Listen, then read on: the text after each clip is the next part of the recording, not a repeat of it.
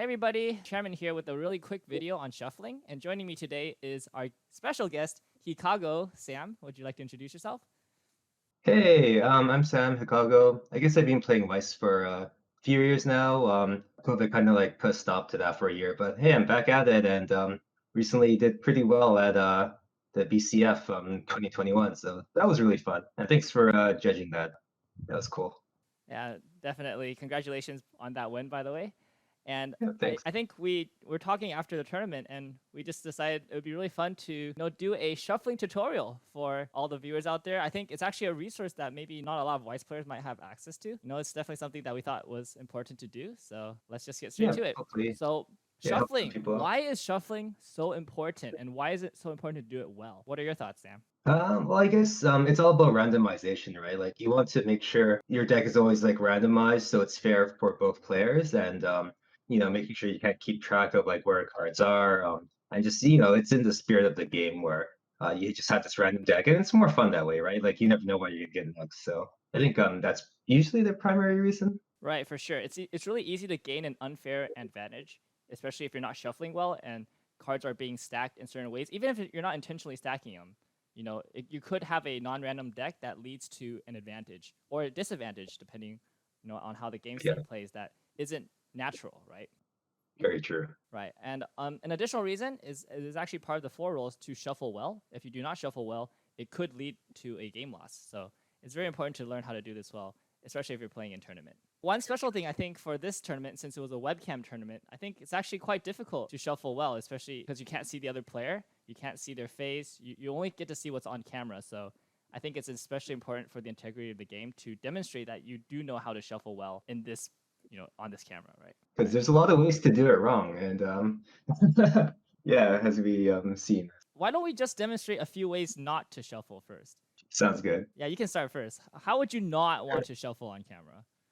I think the number one thing is like first just having it off the screen, and just be like, oh yeah, I'm certainly shuffling it up here. Or like doing it ways where everyone can see, or even the player can see what's going on here.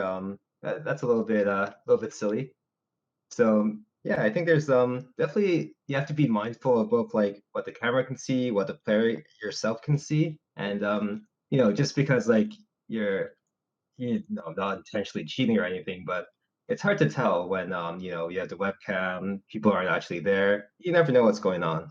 So, but yeah, there's a lot of like really silly ways to shuffle that you normally wouldn't think about in webcam wise, but it's really relevant. Yeah, and in addition, when you're shuffling, it shouldn't be a pain, right? Like you shouldn't shuffle cards and like, try to like jam them together or like especially like force them like this way. Like it could damage your cards, Yeah, right? You have to be really careful. And so because of that, there's actually a proper way to shuffle and actually just to really hold your deck, right? So I think both Sam yeah, and I are familiar with this. So we're gonna demonstrate together. So on the yeah. count of three, one, two, three, how would you hold your deck for shuffling? And Uh, look at that. We made the same position. yeah, exactly. Split in half and kind of just like move them together like this. This is how I normally do it on stream.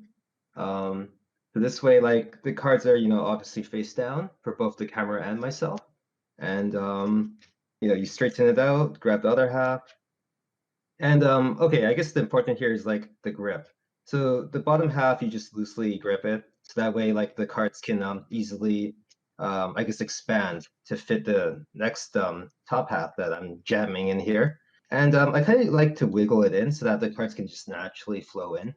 So you're not really like, you don't have to jam it in there. And I've also seen people kind of do like a waterfall style thing. But this style, because you have to lift the cards a little bit, you end up, you could actually show the cards on camera. So hence why I kind of just like wiggle it in like that. So that way it's always face down. And there's like no room for anyone to see it. Uh, and yeah, it's pretty fast. Sometimes I do a couple Yu-Gi-Oh shuffles where I just like put the deck up in smaller patches and just keep doing this. Recommendation was like 7 riffles minimum or something. Yeah, that's right. So this grip is known as the dealer's control grip. By holding it with your fingertips and not with your palm, so you can see there's a huge gap between my palm and the deck. It allows you for a lot of control. So you can see I can hold it really tightly, press it, so there's no room, or I could hold it a little loosely, and there's definitely room for the cards to slide in. So when I you put it on top, you hold it loosely, and the cards just fall right in. So I've noticed that since I'm right-handed, I like to tilt my body a little bit to the left so that I can face the cards face down, away from the camera, but also away from my body.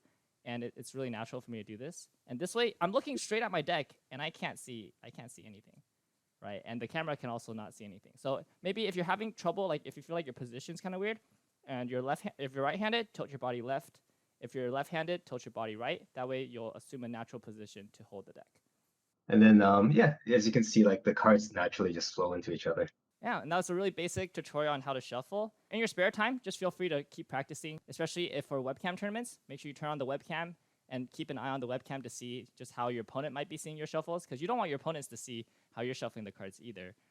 They might be able to, if you reveal too much information, they might be able to cut your deck in a really weird way that, could put you at a disadvantage. So yeah, it's just a good thing to practice just on your spare time. Get comfortable with the cards, holding it like this. The more comfortable you are, the better you'll get, the faster you'll get, and yeah, you'll just feel more confident as a Weiss player in tournaments.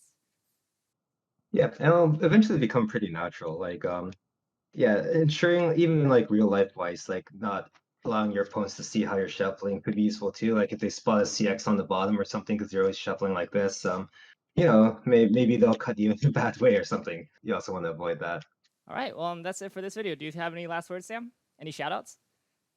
I guess I'll shout out Ryan and Tony from the Toronto gang for supporting me through the tournament and practicing and stuff, as well as my team Sugu friends like Kevin and Brandon Funksa brothers, and the rest of them, Roy, Troy, and a lot.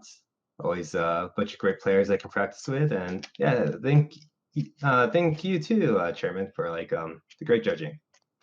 Thank you very much. Thank you for joining me on this video. Yep, no problem. Right. Bye-bye. Bye.